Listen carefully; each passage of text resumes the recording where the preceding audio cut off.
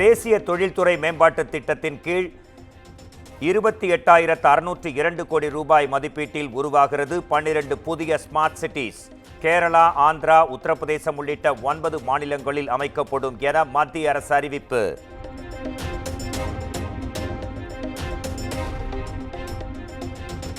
பன்னிரண்டு புதிய smart cities மூலம் 10 லட்சம் வேலை வாய்ப்பை உருவாக்க மத்திய அரசு திட்டம். மத்திய அமைச்சரவை கூட்டத்தில் ஒப்புதல் அளிக்கப்பட்ட நிலையில் விரைவில் பணிகள் தொடங்கும் என தகவல்.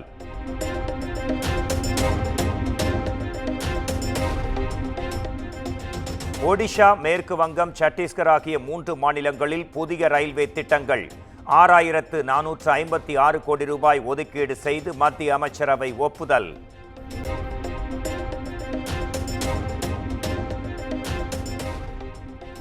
மத்திய அரசின் கல்வி திட்டத்தின் கீழ் தமிழகத்திற்கு வழங்க வேண்டிய நிதியை விடுவிக்காத மத்திய அரசுக்கு இபிஎஸ் கண்டனம்.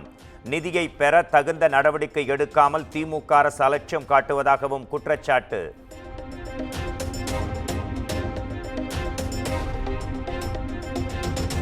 பொறியியல் கலந்தாய்வில் கலந்து கொண்ட மாணவர்களின் தரவுகள் பாதுகாப்பாக உள்ளதாக அமைச்சர் பொன்முடி விளக்கம்.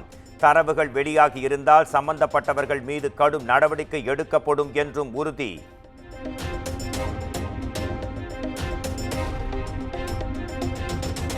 புதிய கல்விக் கொள்கை திட்டத்தில் இணைவதற்கு தமிழக அரசை மத்திய அரசு நிர்பந்திக்கிறது.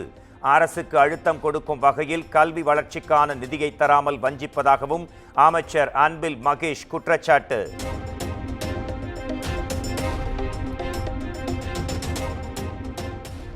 அந்நிய செலாவணி மேலாண் சட்டத்தில் திமுக எம்பி ஜெகத் ரட்சகனுக்கு 908 கோடி ரூபாய் அபராதம். 90 கோடி ரூபாய் சொத்துக்களை முடக்கியும் அமலாக்கத்துறை அதிரடி நடவடிக்கை.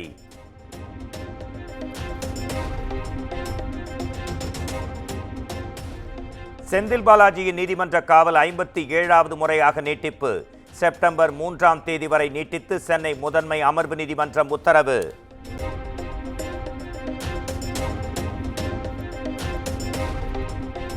தமிழக வெற்றிக் கழக மாநாடு நடைபெறும் விழுப்புரம் மாவட்டம் வீசாலை பகுதியில் 3ஆம் தேதி அல்லது செப்டம்பர் முதல் வாரத்தில் ஆய்வு செய்கிறார் விஜய். தமிழக வெற்றிக் கழகத்தின் முதல் மாநாடு செப்டம்பர் 23ஆம் தேதி நடைபெறவுள்ள நிலையில் தகவல்.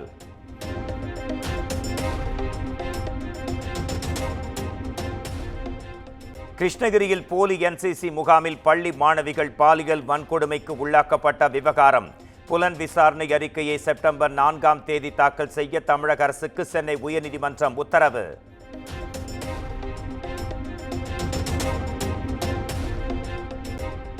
நிதி நிறுவன மோசடி வழக்கில் கைது செய்யப்பட்ட தேவநாதனின் ஜாமீன் மனு தள்ளுபடி.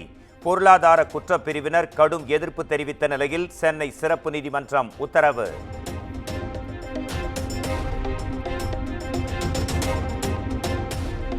சிலை கடத்தல் வழக்கில் முன்னாள் ஐஜி பொன் மாணிக்கவேலுக்கு முன்ஜாமீன் வழங்க சிபிஐ கடும் எதிர்ப்பு. கைது செய்து விசாரணை நடத்தினால்தான் உண்மை தெரிய வரும் என வாதம்.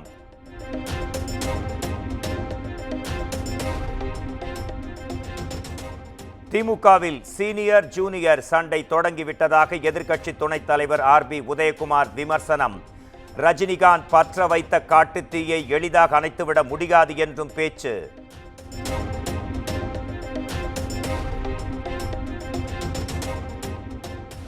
புதுச்சேரியில் உயர்த்தப்பட்ட மின் கட்டணத்திற்கு வலுக்கும் எதிர்ப்பு. கட்டணத்தை குறைப்பது குறித்து பரிசீலிக்கப்படும் என முதலமைச்சர் ரங்கசாமி உறுதி.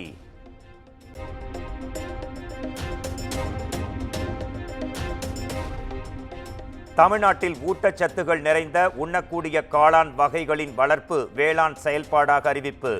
நிலமற்ற விவசாயிகளும் காளான் வளர்ப்பில் ஈடுபட்டிருப்பதை கருத்தில் கொண்டு தமிழ்நாடு அரசு அரசிதழில் வெளியீடு.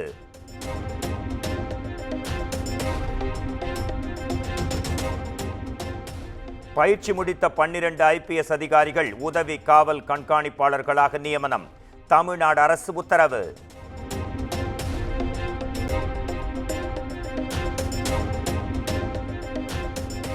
பரந்தூர் பசுமைவெளி விமான நிலையம் திட்டத்திற்கு எதிர்ப்பு தெரிவித்து தொடரும் போராட்டம்.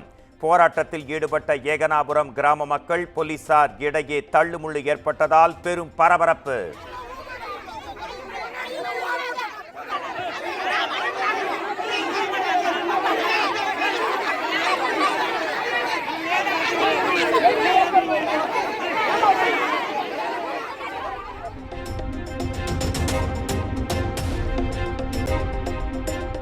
கும்பகோணம் அரசினர் கலைக்கல்லூரி பேராசிரியை ஈரோடு தாளவாடி அரசு கலைக்கல்லூரிக்கு பணியிட மாற்றம். வகுப்பறையில் சாதி ரீதியாகவும் பெண்களை தரக்குறைவாகவும் பேசிய நிலையில் அதிரடி நடவடிக்கை.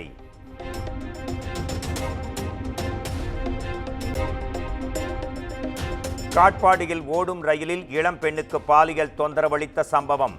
சந்தேகிக்கப்படும் நபரின் புகைப்படத்தை வெளியிட்டு ரயில்வே காவல்துறை விசாரணை.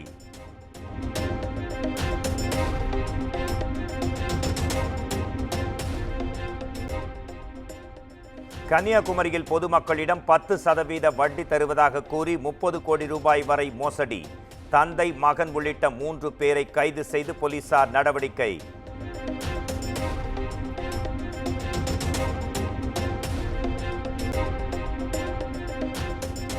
ஓசூர் அருகே மது போதையில் வாகனத்தை இயக்கியதாக லாரி ஓட்டுநர் மீது சரமாரி தாக்குதல்.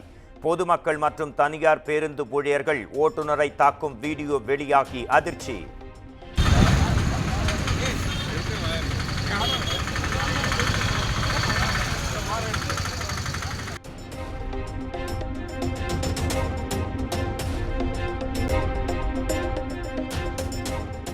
முறையாக பணிகள் நடைபெறவில்லை என்று கூறி குன்னூர் நகரமன்ற கூட்டத்தில் அதிமுக கவுன்சிலர்கள் போராட்டம்.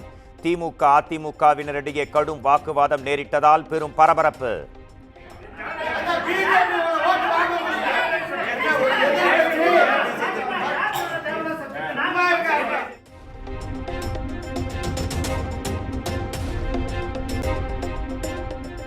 மத்திய கிழக்கு வங்கக்கடலில் வியாழக்கிழமை குறைந்த காற்றழுத்த தாழ்வு பகுதி உருவாகும்.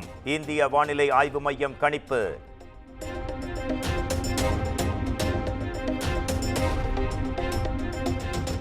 பாலியல் குற்றவாளிகளுக்கு மரண தண்டனை வழங்கும் மசோதா மேற்கு வங்க சட்டப்பேரவையில் நிறைவேற்றப்படும்.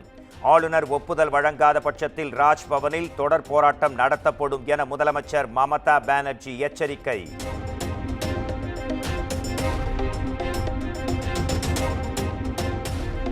கோல்கட்டா பெண் மருத்துவர் கொலை குற்றவாளிகள் சுதந்திரமாக நடமாடுவது வேதனை அளிக்கிறது. எந்த நாகரிக சமூகமும் பெண்களுக்கு எதிரான கொடுமையை அனுமதிக்காது என குடியரசுத் தலைவர் திரௌபதி முர்மு கருத்து.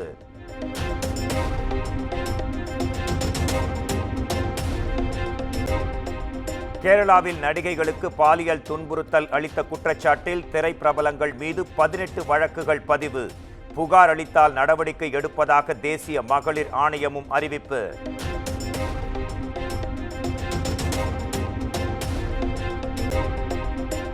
குஜராத்தில் வெளுத்து வாங்கிய கனமழையால் வெள்ளத்தில் மிதக்கும் வதோதரா.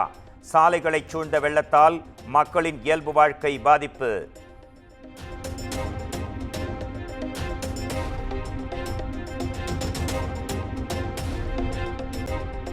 ஆசிய சாம்பியன்ஷிப் டிராபிக்கான இந்திய ஆடவர் ஹாக்கி அணி அறிவிப்பு. ஹர்மன்பிரீத் சிங் தலைமையில் விவேக் சாகர் பிரசாத், கிருஷன் பகதூர் உள்ளிட்ட 18 பேர் கொண்ட பட்டியல் வெளியீடு.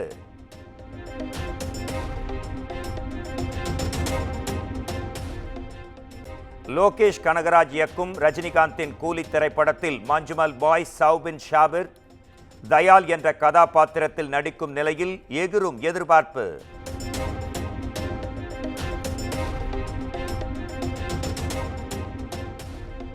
துபாயில் 234 கிலோமீட்டர் வேகத்தில் காரை இயக்கிய நடிகர் அஜித் குமார். வீடியோவை சமூக வலைத்தளத்தில் பகிர்ந்து அவரின் ரசிகர்கள் உற்சாகம்.